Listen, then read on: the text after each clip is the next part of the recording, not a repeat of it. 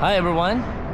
Alam mo, just like yung arc na yan dito sa Singapore, sa Marina Bay, bago yan na buo, may nag-design yan, may nakaisip na sobrang brilliant. Most probably ang daming tao na nag-design yan.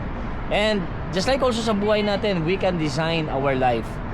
And by having decision na pwede nating i-design yung sarili natin, na we can be more successful, we can be more have this kind of life na we deserve.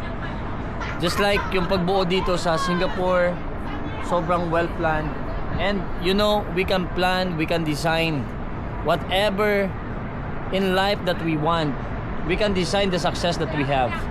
Ang importante lang, kahit nadapa ka man, kahit na ilang beses ka na natalo, ang importante, lumalaban ka pa rin.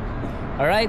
So just like that one, time will come, you will shine. Time will come, okay, what you design in your life, magkakatotoo and mamaterialize mo. Just like gaano kasarap, gaano kaganda yung tanawin dito sa Singapore. Alright, so this is your Captain Jem. God bless you.